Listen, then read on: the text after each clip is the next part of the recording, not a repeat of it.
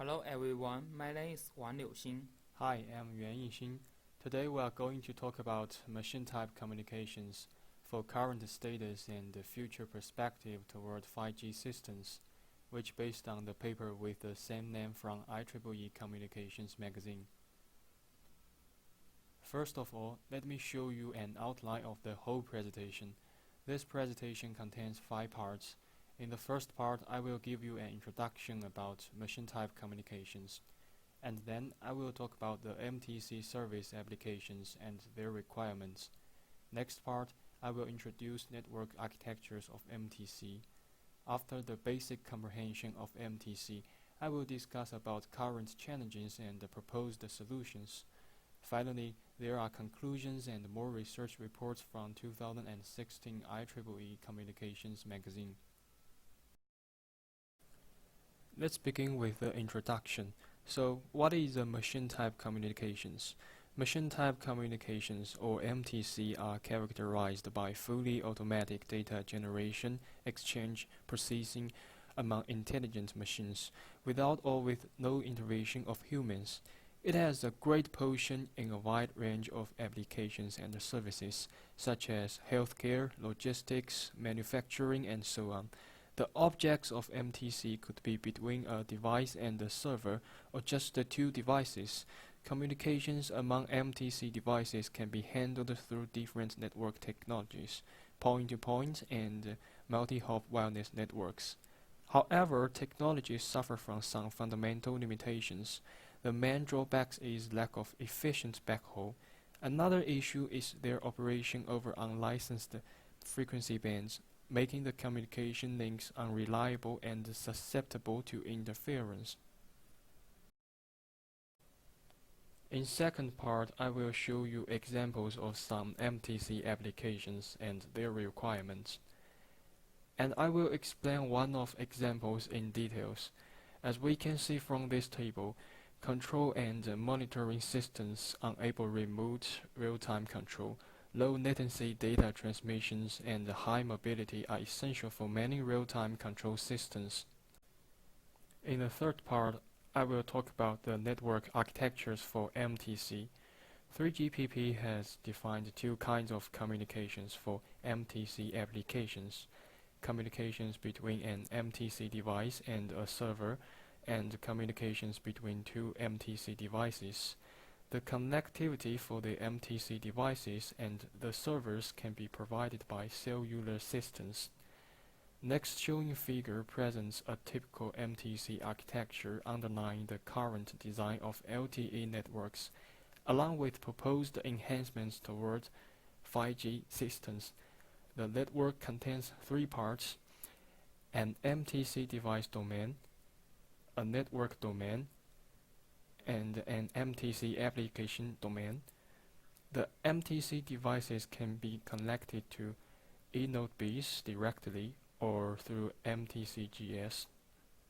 Next, I will introduce these 3 parts in details.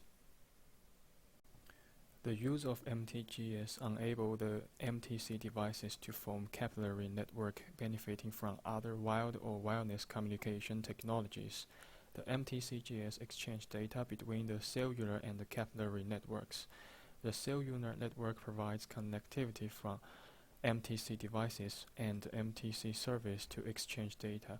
It comprises 2 subsystems, a RAN and a CN. They are connected through air interfaces and utilizing the radio resources in dedicated or shared manner.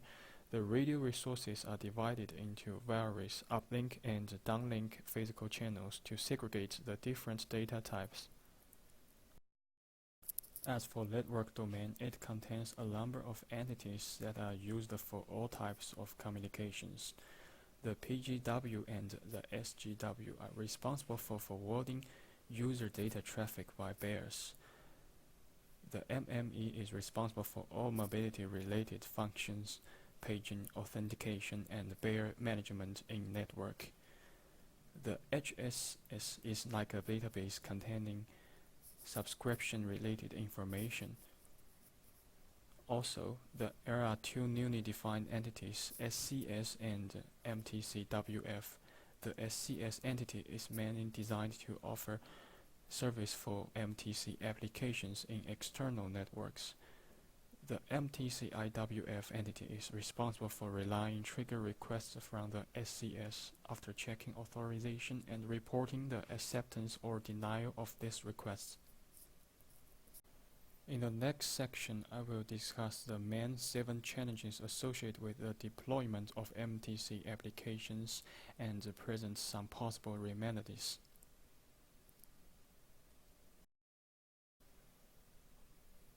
The first channel is how to support a massive number of MTC devices. Handling a large number of MTC devices simultaneously through IPv6 cause problems in connection establishment and radio resource allocation. Also, it may congest and degrade the performance of the channel in RRC connected state. Apart that, the system overload is not only on the RAN and the CN, but also on the interconnecting nodes such as gateways. This results in undesirable delays and the waste of radio resources in network and lower performance for both MTC and edge-to-edge communications. In order to solve these problems, various schemes have been considered to improve performance. This first scheme is to define new patch resources and allocate dynamic patch resources to adjust available resources based on traffic conditions. Also, we can set performing priority-based channel access. Second scheme is to access class bearing, enabling a node B to control traffic on patch by setting a bearing factor for non-time critical MTC devices. Next method is to use the pool-based scheme to page MTC devices that have permissions to send their requests on patch.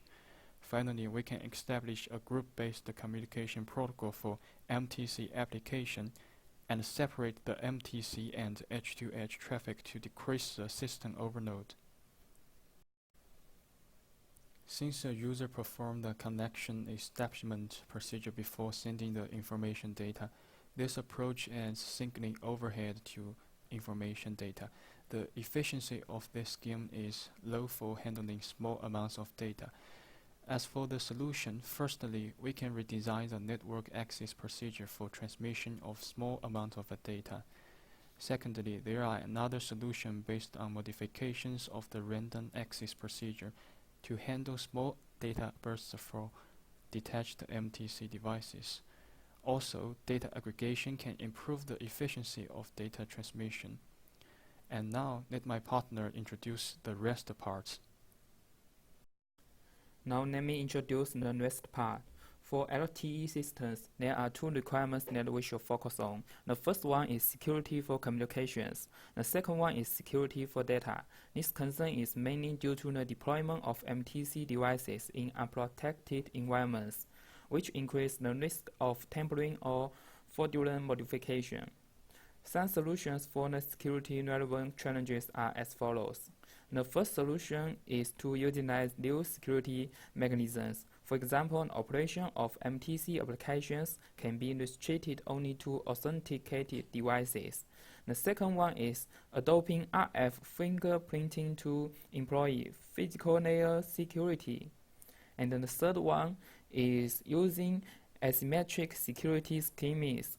This helps in performing the security computations faster and reduce energy consumption in MTC devices. Next challenge is to provide ultra-reliable communications with low latency. It's important for safe operation of some MTC applications. The following solutions are considered in the paper. In order to bypass the link establishment procedure and reduce its associated delay, semi-persistent sharding can be utilized. Also, in some applications, a network enhanced is to support D2D communications between nearby devices. The third one is using more bandwidth or spatial dimension of freedom so that the coded symbols need to be transmitted within a given time bucket. The next one is that MIMO antennas can provide reliable links by benefiting from spatial diversity and the mitigating effects of fast fading, beamforming, and zero forcing caused by multi-user interference. The fifth one is that a new MAC scheme is needed. Here, joint coding of the header and the information payload can help. The next one is D2D communications, and ad hoc networking could be utilized to provide additional links and maintain connectivity when the primary link fails. Next challenge is achieve low power consumption. Energy efficiency is a decisive metric for MTC applications because MTC devices have a limited energy budget.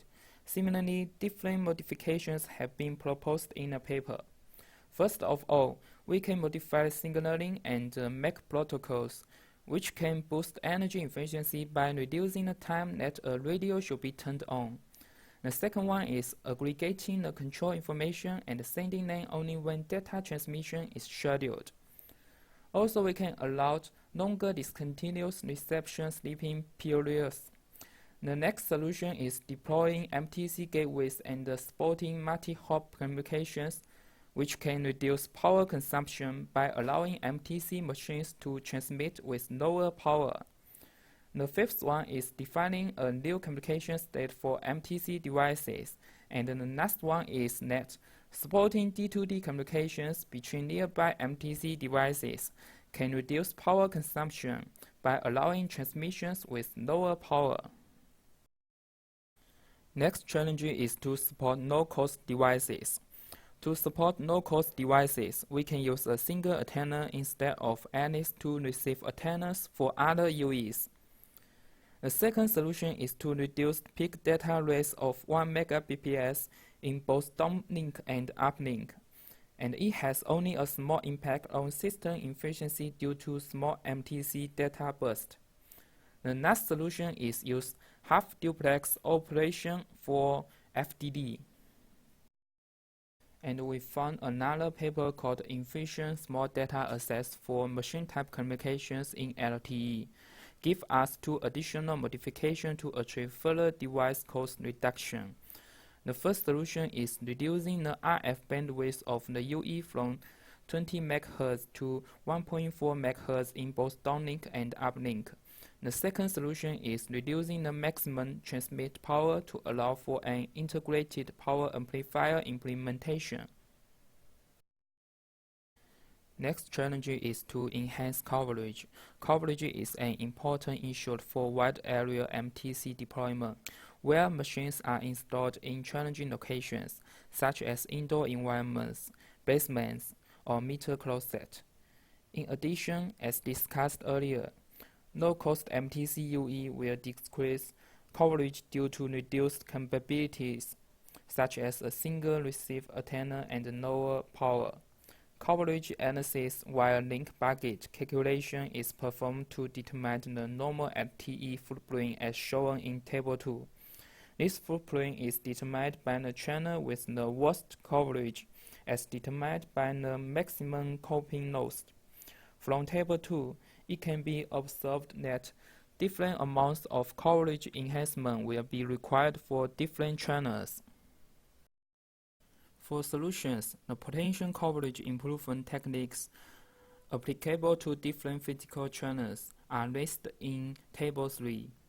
They are repetition or subframe bundling, frequency hopping, and for PSD boosting and receive-based techniques, there are some examples, such as multi-subframe channel estimation, multiple decoding attempts, and advanced receiver. The next technique is retransmission, and we can also relax the current specification requirements.